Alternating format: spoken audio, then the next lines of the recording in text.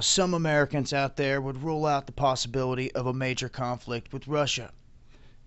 But Europeans, who have seen two great wars in the last century, know better.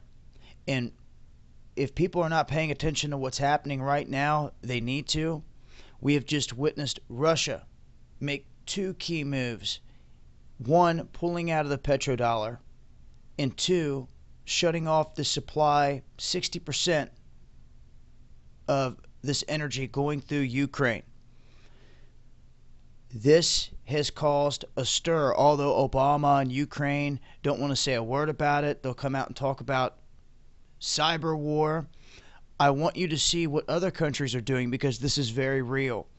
I've reported on in the past how they're sending military equipment to Poland. Well, now Lithuania is taking steps, preparing its citizens for an invasion. Okay? They're taking this very serious. They have issued a survival manual. Now, the complete details have not been broke down, but it advises its citizens to keep a sound mind and don't panic and don't lose clear thinking. Now, they unveiled this 100-page public information pamphlet last Tuesday at a press conference. Now, the book is called How to Act in Extreme Situations or Instances of War, aims to educate the country's citizens on what to do in case of an invasion by Russia. Now, it tells these people how to act, and that if there is occupation, if the enemy comes and occupies their country, they suggest that these people go on strike and that they organize resistance through social media and they stage cyber attacks against the enemy. Can you believe that? That's what they're telling their citizens to do, most of which none of them would have a clue on how to pull off a cyber attack, stating that although you hear gunshots outside your window, it will not be the end of the world. Wow.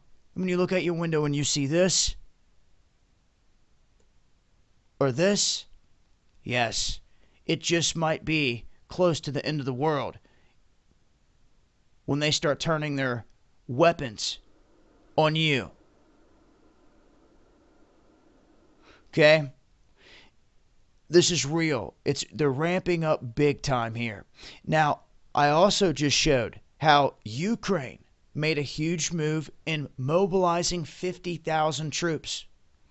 They said it was going to take, 10 to 15 days to train these guys? And they were looking to do so here within the next 2 weeks.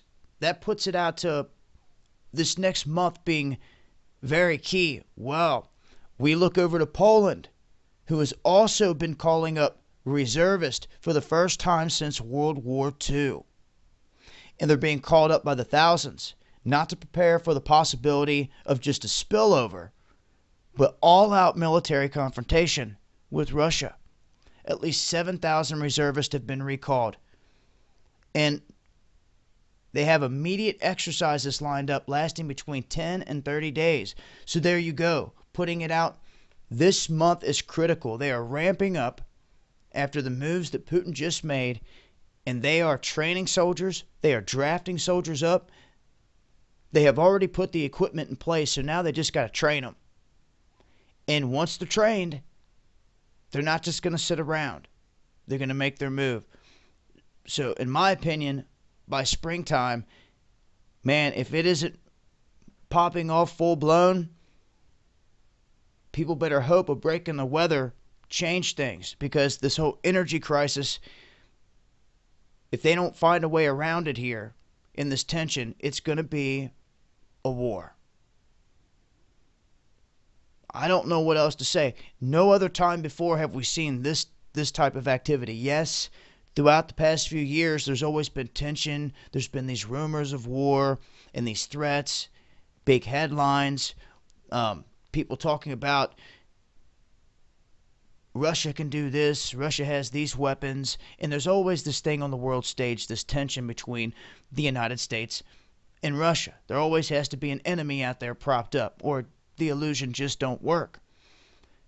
Man, people will be sickened to know that there's communist roots behind the puppets that have overthrown this country, and that in the end, the leaders have sold out their people in both Russia and the United States. And in the end, they will use them, expendables, to slaughter each other while they sit back, shake hands behind the curtain, sip wine, and out in the open act like they're enemies. But they're all part of the same clubs. They all worship the same higher power to them. And all of this is just a big slaughter. All those 50,000 people that are getting called up in Ukraine to go fight against their own citizens, and now it looks like Russians. Russia's not just going to sit back here and watch 50,000 troops storm into the eastern part of the country, because then they know the odds are stacked against them in defending Crimea, which is what they ultimately want to take back. And when they do so, it's not going to be going in front of the American people and asking permission or for anything. Like I said before, they deem this as stolen land. And when they go back to get it, it's going to be justified in their book.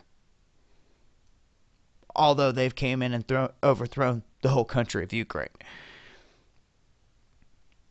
And it just doesn't end with Ukraine. From Monsanto to Soros to now all this military action.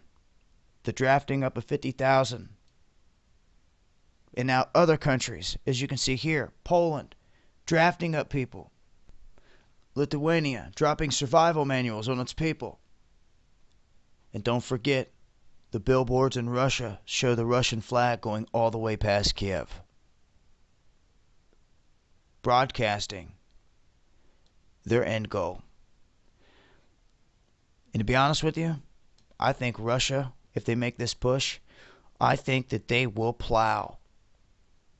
They will plow right through anything. And the reason I say this is because these 50,000 people that they're drafting up are people that really don't want to fight. It's sad. Hoping people will wake up to see exactly what's going on, man. Because they're looking at us here in the United States saying, you're not stopping this beast from inside. You're not doing nothing. You're not standing up. You're not stopping the slaughter. You just let it continue. That's why no one will be there to help Americans when it all comes crashing down here. They'll all say karma. You turned the cheek all those years. I'm warning people, they better wake up. In the end, your energy's weighed. Period. I'll leave a link. Eyes open.